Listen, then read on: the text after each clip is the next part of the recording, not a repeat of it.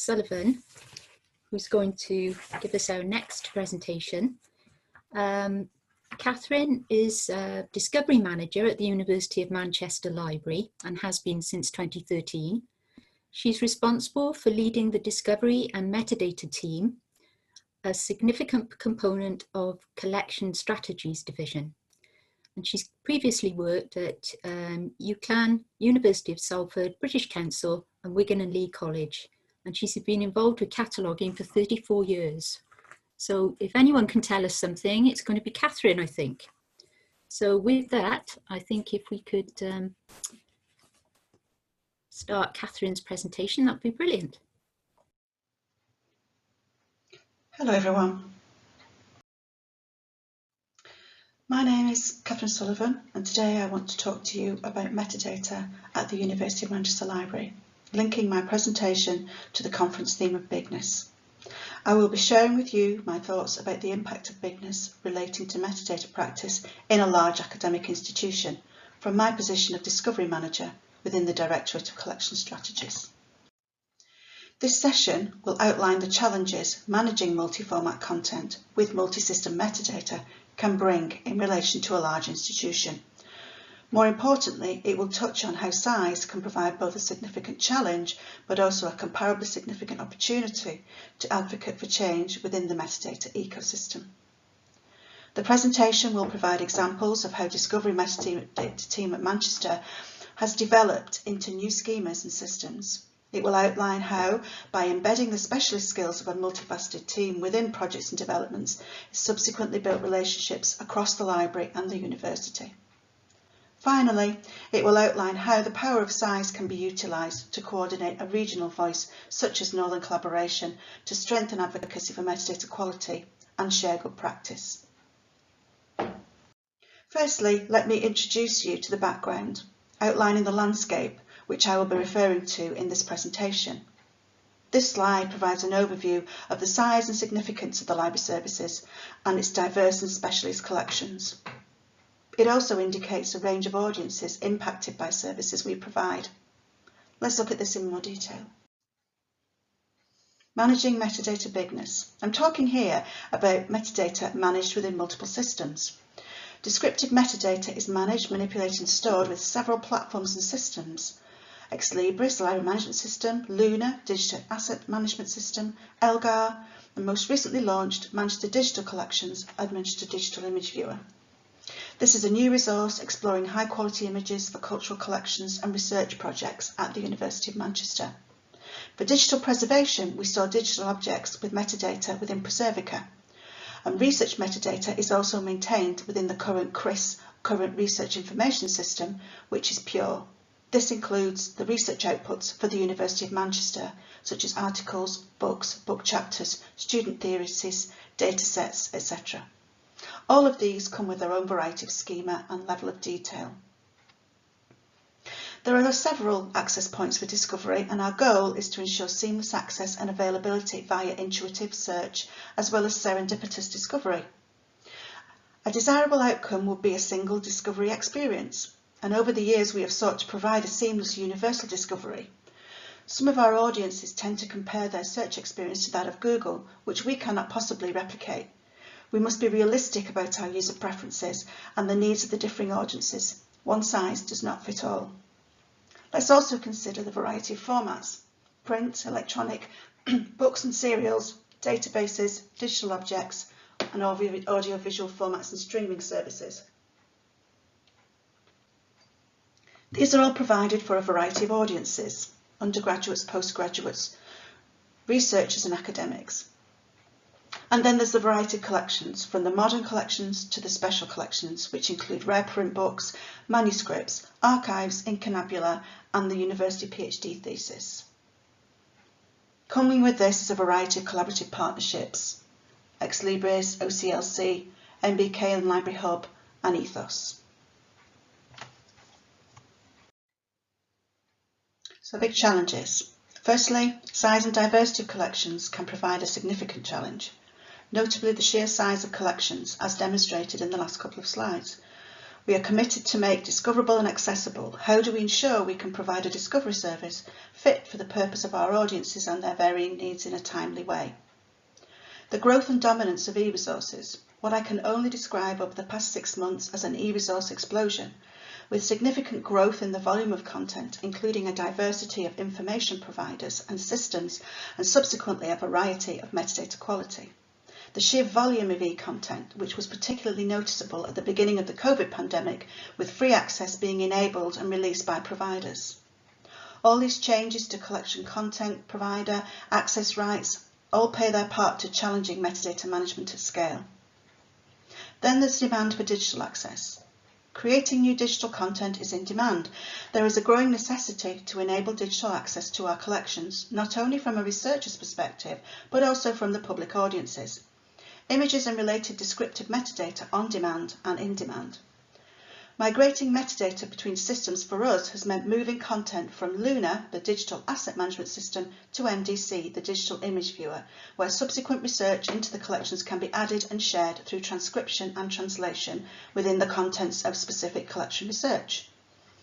New systems and ways of working can involve learning new metadata skills, and for MDC this meant the use of TEI and XML schema fit for the purpose of growing and creating contextual metadata through the research projects. Building those extra layers of description and transitioning from a structured doubling core schema to a flexible, extendable schema such as TEI. Visibility. The Discovery and Metadata team at Manchester is a specialist behind-the-scenes technical team, which can be lost within the library service. Our visibility is crucial, as what we deliver, if we are doing our job thoroughly, is in effect invisible within the context of a library service. But also size as it relates to our position within the university. How do we make our presence felt and ensure our institution is aware of our impact and the importance of our skill set and how it can be applied? We know it is important not only to ensure the discovery and access to all owned and subscribed content, but from the perspective of the skills and experience, we must strive to avoid the removal or the gradual eradication of what can be perceived as a purely cataloguing team at a time when descriptive metadata is supplied readily from information providers. Size can provide both a significant challenge but also a comparable significant opportunity to advocate for change. Build relationships with external partners. Look to your system providers and build relationships and knowledge. As an Ex Libris customer, this can be relatively straightforward. Utilise the community infrastructure to provide feedback about impact and influence change as much as you can.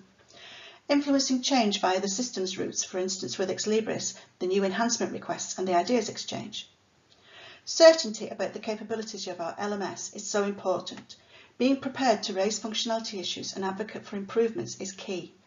You can guarantee another organisation has the same requirements for improvement that you have, and there's always power in numbers and joint size. Consider other options and other partners. For us, this meant investigating OCLC and Collection Manager for quality records, enabling where feasible to utilise their MARC records. Recognise the need for cross-library thinking relating to our systems we manage for our collections.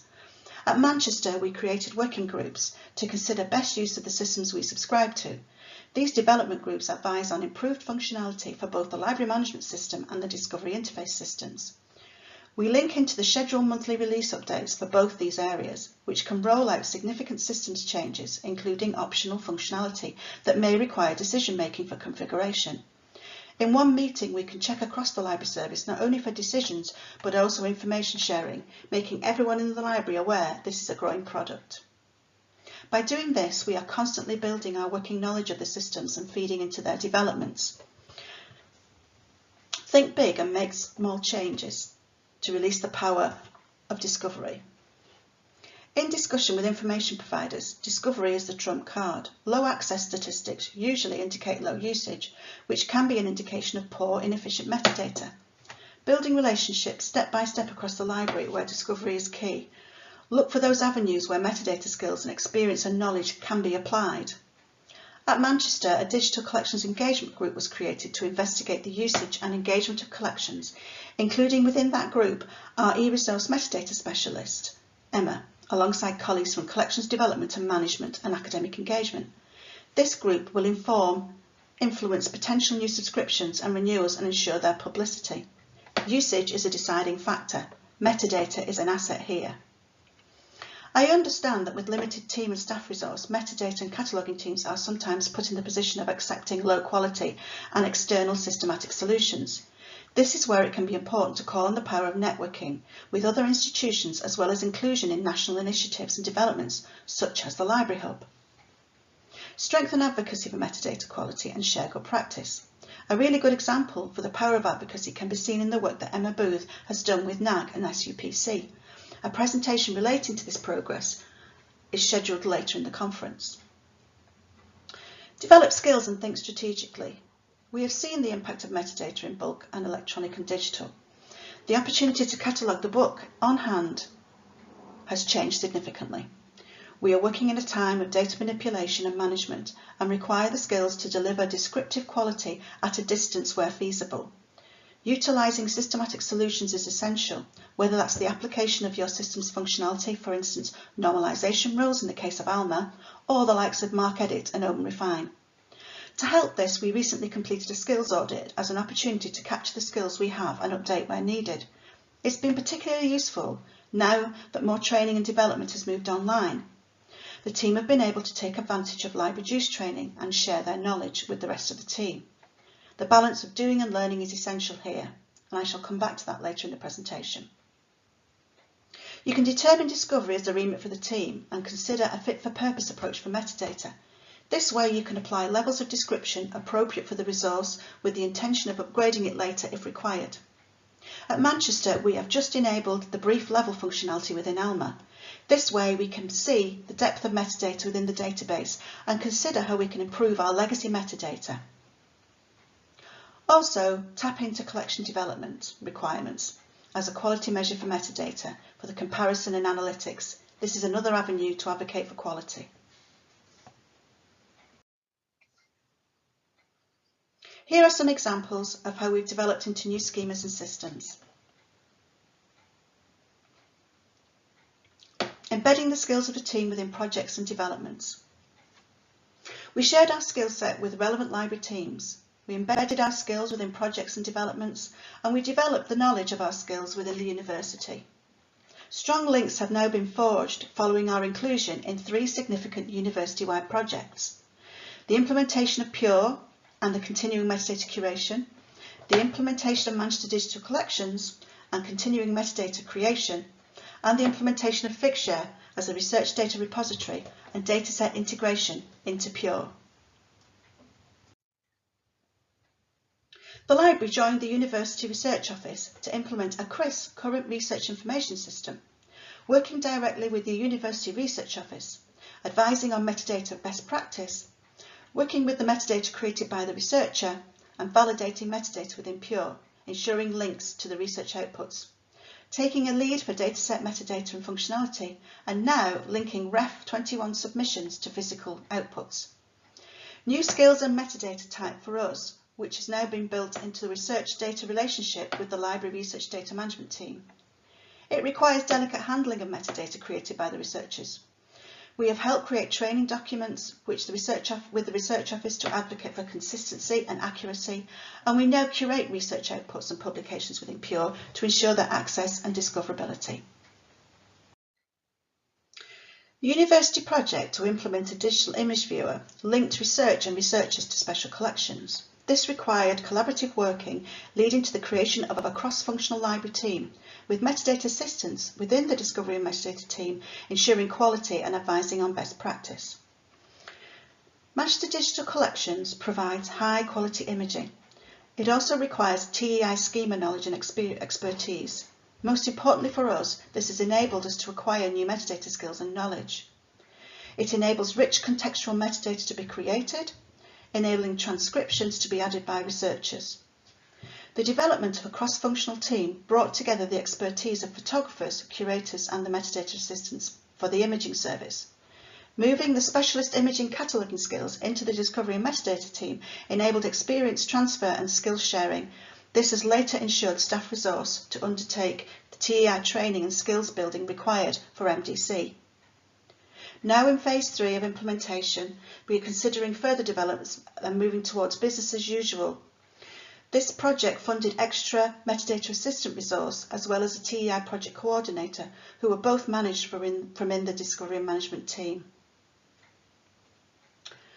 One other project is the Research Data Repository, a university-wide project currently implementing for datasets in 2020. Included in the current project, we advise on metadata working with Figshare and the project group to enable this within the next few months, and subsequently to ensure the export of datasets into Pure to be validated alongside all other research outputs. Another growing relationship within the university is the press. Over the past few years, we have worked alongside them, creating and providing the MARC records to support their digital content. We have agreed with MUP that these records will be open and unrestricted, and also we have committed to recommending a quality RDA MARC record. Following the creation of MARC records for various backfiles of titles, they now provide us with spreadsheets of titles pre-publication with URLs for access, and this is used to create quality metadata records within an agreed timeline. I would like to outline how the power of science can be utilised to coordinate a regional voice, such as Northern Collaboration. I talked previously about getting involved where you can, or at least stay in the loop with current discussions. Escalate discussions with your managers relating to the importance and the impact of metadata and discovery. Most recently, I was part of the development of the metadata technical group for the Northern Collaboration. This is a sub-special interest group of the content group. We've now formed a community of practice representing 17 Northern institutions, and it also includes metadata discovery group representation. We are advocating for an agreed standard, we are sharing practice and experience, and we are linking it to current metadata initiatives, future-proofing metadata skills, and looking towards the training deficit that's available. We've had 3 meetings to date, and must be recognised that this is a growing group of community of practice, which also links into the Mercian and the Southern groups. Following a very successful recruitment drive at the Metadata Discovery Group Conference in 2018, I joined the group and am now acting secretary at a very exciting time, helping to influence the rebranding of the group and taking into consideration the range and skills and metadata in general. We've also been part of the Plan N Task and Finish, which is now currently out for consultation regarding financial remodelling, considering financial and licensing aspects. There are many opportunities to join and improve metadata. Most recently, the Library Hub Compare. So, what's next for us? Imagine 2030 strategy is on its way. The new library strategy is imminent and we await the opportunities it will bring us. We will link discovery into the strategy of the university. We're looking at reshaping opportunities. The strategy may bring opportunities to build a team for the future, reconsider our remit and link our purpose of discovery goals for metadata. Let's not overlook the impact of COVID. COVID tested our digital capabilities and provided opportunities. We have evidenced we can work from home digitally. Most of the time we do. It works much for most of the time, as long as there is a balance with well-being. So, working digitally, what's next? What would be the longer term impact of working practice, especially relating to physical items? We currently have a return to print project and looking at the implementation of Shelf Ready. Many of you will have already done this, but for an institution the size of Manchester, this is a significant undertaking. And what's next for metadata? Linked data, we're looking to Alma and Manchester Digital Collections and starting to look for opportunities to apply these. And making the best of the range of developments nationally and internationally. We know we can't replicate Google. We can, however, look towards enabling Google to index our resources via the application of schema.org at a system level, provide alternatives to ensure our audiences have what they feel is the most appropriate access point and user experience. Thank you for listening.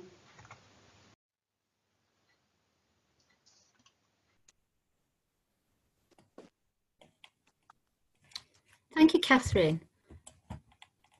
What was the quality like during that presentation? It was a little bit blurry at times. Okay.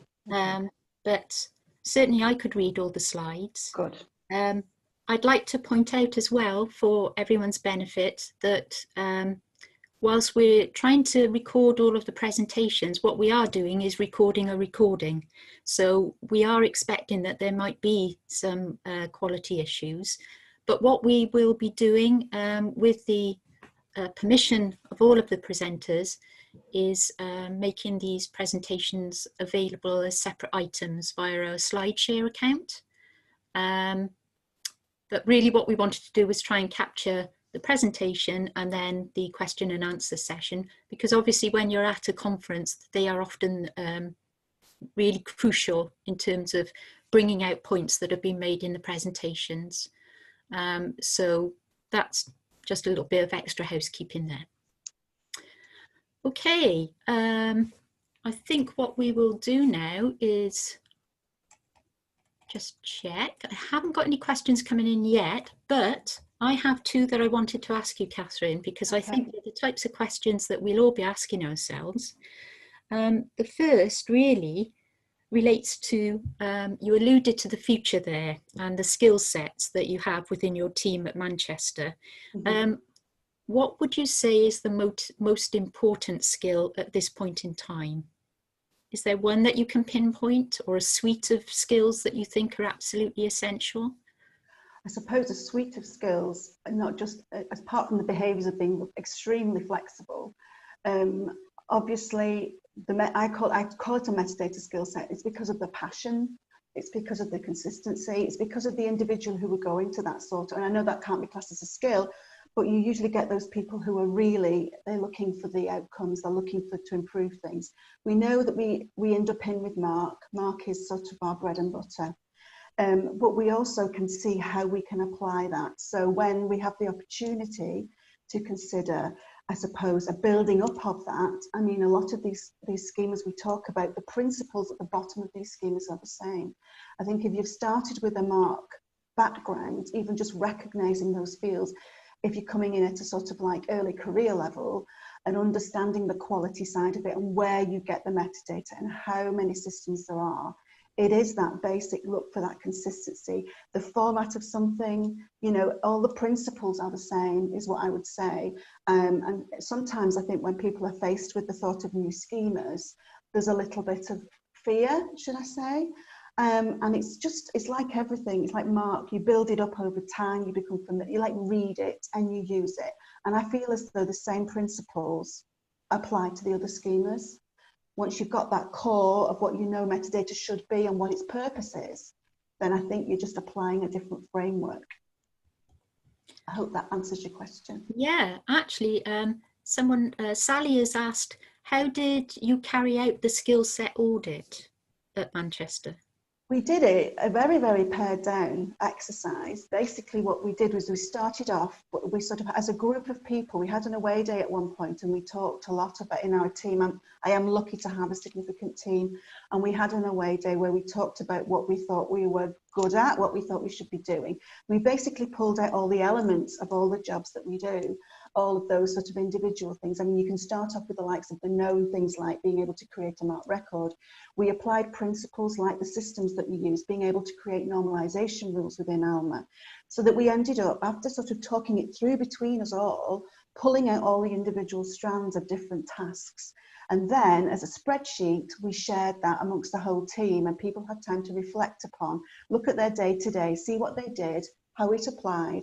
And then we ended up building up, I suppose, an overall picture, which has been really useful because, as you know, when people leave the institution, we've got somebody retiring very soon with a significant amount of experience. Do we know we've covered everything, and have we got the skill set, and has anybody else picked up on it? And then you find the gaps, and then you can look for the individuals who might be interested in doing some extra training there. But it's like a live document for us. And we keep adding to it now. We'll think of something and think, oh, we haven't put that on the skills audit. Who has that skill? And everybody knows about it. So it is like a living document.